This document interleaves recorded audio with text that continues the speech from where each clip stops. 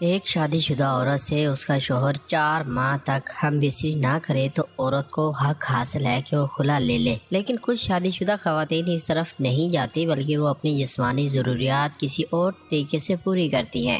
میں ایک بڑے اسٹور پر ملازم تھا۔ اس اسٹور کے مالک چاچا انور نے مجھے اپنا بیٹا بنایا ہوا تھا۔ اگرچہ میری عمر زیادہ نہ تھی لیکن ماں باپ کے غربت بھرے حالات کی مجبوری نے کم عمری میں مجھے محنت کی طرف دھکیل دیا۔ ابھی میری عمر 15 سال ہونے والی تھی۔ چاچا انور کے ساتھ میرا کوئی رشتہ داری نہ تھی۔ میں ان کے پاس کافی عرصے سے کام کر رہا ہوں۔ اپنا کام پوری دیانتداری اور محنت سے کرنے کی وجہ سے مجھ پر چاچا کی شفقت شامل حال رہی۔ چاچا انور کی فیملی میں ان کی 2 بیٹیاں اور ایک بیٹا تھا۔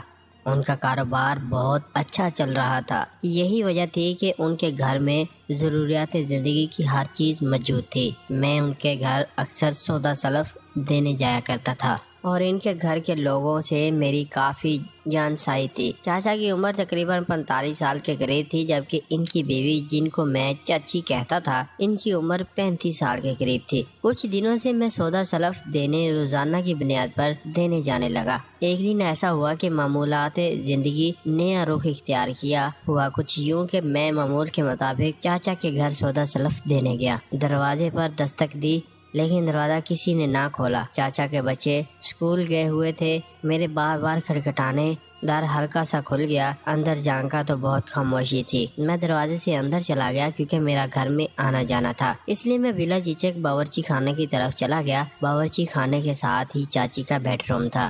مجھے چچی کے بیڈ روم سے سسکاریوں جیسی آواز آنے لگی۔ میں وہیں رک گیا۔ چچی کے کمرے کا دروازہ ہلکا سا کھولا تو دیکھا کہ چاچی بغیر کپڑوں کے بیڈ پر لیٹی اپنی ٹانگیں پھیلائے ہوئے اپنے ہاتھوں سے اپنی شرمگاہ کو چھیڑ رہی تھی۔ چاچی اپنے معمولات میں اتنی مست تھی کہ نہ تو اسے گھر کا بڑا دروازہ اور نہ ہی اپنے بیڈ روم کا دروازہ کھلنے کا پتہ چلا۔ چاچی کی حالت کسی نشئی جیسی ہو رہی تھی، بلکہ دیوانگی سی حالت، اور دنیا مافیا سے بے خبر یہ سب کچھ دیکھ رہا تھا۔ چاچی کیا کر رہی تھی میری سمجھ میں کچھ نہ آ رہا تھا۔ کافی دیر اسی طرح بت بنا کھڑا دیکھتا رہا۔ پتہ اس وقت چلا جب میرے ہاتھ سامان کا پیکٹ زمین پر گرا اور شور ہوا۔ میں نے جلدی سے سامان کا پیکٹ اٹھایا اور سیدھا باورچی خانے کی طرف بھاگا۔ میں بہت ڈر گیا تھا۔ اچانک لگا کوئی میرے قریب آ کر کھڑا ہو گیا ہے۔ میں نے سر اٹھا کر دیکھا تو چاچی بالکل میرے پاس کھڑی تھی۔ جب میں نے انہیں اپنے قریب دیکھا تو شرمندگی سے میری آنکھوں سے آنسو بہنے لگے۔ میں ان سے معافی مانگنے لگا کہ جو کچھ ہوا وہ انجانے میں ہوا، اس میں میری کوئی غلطی نہیں۔ دروازہ کھلا ہوا تھا تو میں گھر کے اندر آ گیا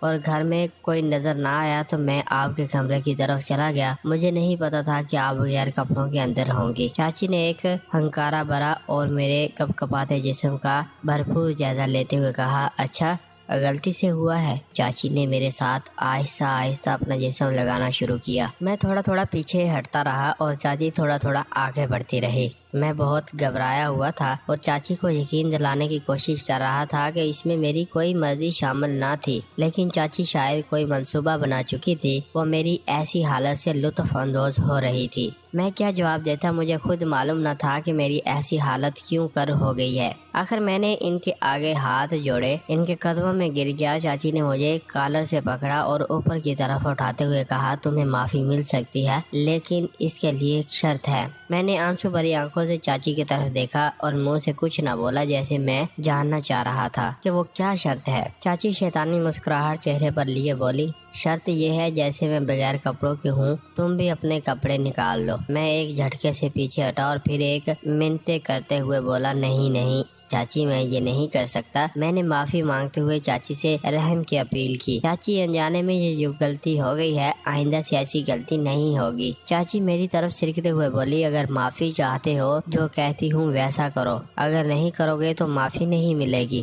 میرے جسم سے تو جیسے روح نکل چکی تھی، ڈر سے پورا جسم لرز رہا تھا۔ چاچی بولی، اصل میں دیکھنا چاہتی ہوں کہ تم جوان ہو گئے ہو یا نہیں۔ چاچی نے کہا، تو میں کہتی ہوں اگر وہ تم نہیں مانو گے تو چلو ٹھیک ہے، نہ مانو، لیکن جان لو کہ میں تمہیں کبھی معاف نہیں کروں گی۔ میں ساکت کھڑا رہا۔ اب میں انکار اور اقرار کی حدود سے آگے نکل آیا۔ چاچی نے اپنے تجربے کی بنیاد پر اندازہ کر لیا تھا کہ میری برداشت کا مادہ ختم ہوتا جا رہا ہے۔ چلو کوئی بات نہیں، آج میں تجھے کچھ نیا سکھاتی ہوں۔ یہ کہتے ہوئے چاچی نے میرے جسم پر دونوں ہاتھوں سے مساج شروع کر دیا۔ عورت کے ہاتھوں میں عجیب جادو ہوتا ہے، ایسا ہی جادو چاچی نے مجھ پر کر ڈالا۔ ہم نہ جانے کب 2 سے 1 ہوئے، پتہ نہ چلا۔ فارغ ہو کر ہم اکٹھے نہانے چلے گئے۔ غسل خانے سے فارغ ہوئے تو بہت دیر ہو چکی تھی۔ اب ڈر لگ رہا تھا کہ چاچا کو کیا کہوں گا۔ میں نے اپنے ڈر کا اظہار چاچی سے کیا تو چاچی نے کہا کہ انور سے کہنا کہ میں نے دوائی لینے بھیج دیا تھا، چاچی کی طبیعت ٹھیک نہیں تھی اس لیے کھانا بھی تیار نہ کیا۔ چاچی نے جو کہانی گڑھی تھی میں نے ایسے ہی دکان پر جا کر چاچا کو سنا دی۔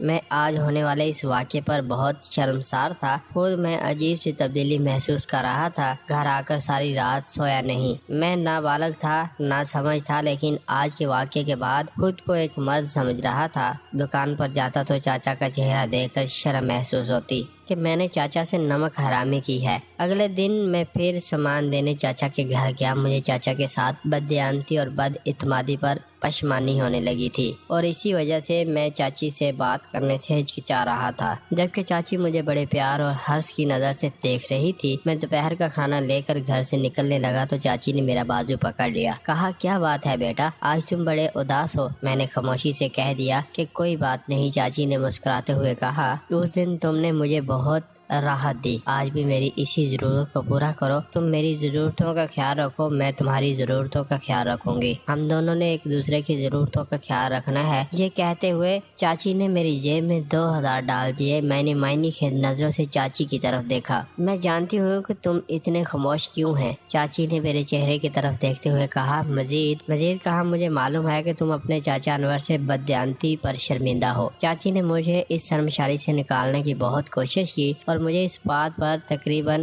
قائل کر لیا جو کچھ ہمارے درمیان ہوا وہ ہماری ضرورت تھی جس کو تمہارے چاچا انور پورا نہیں کرتے، اس لیے ہم نے یہ بددیانتی نہیں کی۔ ہر انسان اپنے دفاع کے لیے مضبوط دلیلیں بنا ہی لیتا ہے اور اسی طرح چاچی نے اپنے اس عمل کے لیے کچھ خود ساختہ دلیلیں بنا لی تاکہ وہ اپنی اور میرے ضمیر کو مطمئن کر سکے، ہم اپنے اس گھناؤنے کھیل کو جاری رکھ سکیں۔ اس کے بعد 1 ماہ تک یہ سب کچھ ہوتا رہا۔ چاچی کو جب موقع ملتا وہ مجھے گھر بلا لیتی۔ ان کو اس بات کا ذرا بھی خوف نہ تھا کہ ان کی بڑی بیٹی لائبہ جو میری ہم عمر تھی کہیں اس کو ہمارے اس ناجائز رشتے کے بارے میں پتہ نہ چل جائے۔ میں بھی 1 مہینے تک غیر اعتمادی کی فضا میں سانس لیتا رہا کہ آخر میں یہ کس حرام کام کی طرف چلا گیا ہوں، لیکن جب چاچی کا ننگا بدن میرے سامنے آتا تو میں سب کچھ بھول جاتا اور میں جب اس عمل سے فارغ ہوتا تو پچھتانے لگ جاتا۔ میں اکثر چاچی سے کہتا کہ اس گناہ سے اب ہمیں جان چھڑا لینی چاہیے، لیکن چاچی میری جیب میں کچھ روپے ڈال دیتی اور کہتی خاموش رہو، اگر تم پیچھے ہٹے تو میں تمہارے چاچا کو بتا دوں گی اور تمہیں اس کام سے نکلوا دوں گی، تم بھوکے مر جاؤ گے۔ آخر تمہیں مسئلہ کیا ہے؟ انور سے تمہیں تنخواہ ملتی ہے اور الگ سے میں تمہیں پیسے دیتی ہوں۔ میں مجبور تھا، بے بس تھا، خاموش رہا اور چاچی جیسا کہتی رہی کرتا رہا۔ اب ایک ہی دن میں چاچی مجھے 3-4 دفعہ گھر پر بلانے لگی۔ وہ مجھے استعمال کرتی اور گھر سے نکلتے ہوئے میری جیب میں 500 روپے یا 1000 روپے ڈال دیتی۔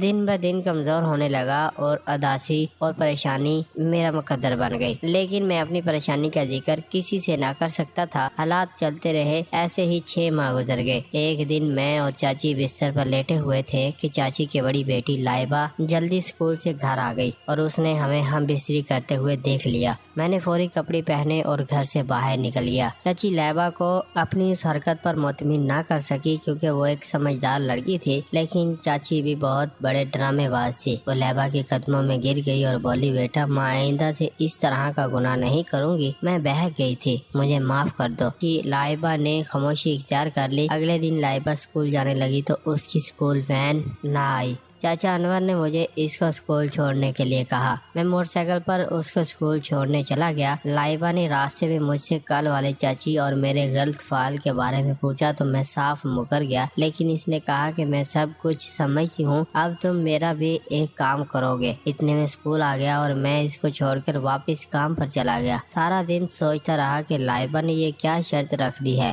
میں پریشان تھا۔ چاچا انور نے کہا بیٹا لائبہ اور چاچی کے متعلق کیا سوچ رہے ہو؟ میں حیران ہوا اور وہ ہنسنے لگے، بولے مجھے سب کچھ پتا ہے، مجھے لائبہ نے سب کچھ بتا دیا ہے اور لائبہ نے جو کام تمہیں کہا ہے وہ میں نے ہی اسے سونپا ہے۔ دراصل تم میرے بیٹے ہو اور میں تمہاری شادی لائبہ کے ساتھ کروانا چاہتا ہوں، لیکن میری بے ہدہ بیوی تم دونوں کے درمیان آ گئی ہے۔ اچھا بیٹا، اگر اب تمہیں تمہاری چاچی بلائے گی تو چلے جانا اور لائبہ کے ساتھ مل کر کام مکمل کر لینا۔ میں پہلے ایک مشکل میں تھا، اب دوہری مشکل میرے گلے آن پڑی تھی۔ شام کو گھر آیا، کھانا کھا کر گھر سے باہر ایک بڑے اچھے دوست کے پاس چلا گیا اور اپنے اس دوست سے مشورہ کیا، کیونکہ میں اپنے دوست سے اپنے دل کی ہر بات کر لیتا تھا۔ مجھے مشورہ دیا کہ دیکھو، اگر یہ کام مجھے دیا جاتا تو میں بغیر کسی تعطل کے یہ کام نپٹا دیتا، کیونکہ بیٹی اور اتنا بڑا کاروبار تمہیں جہیز میں مل رہا ہے۔ اگلے دن شام کو میں کام پر تھا، چاچی نے مجھے گھر پر بلا لیا۔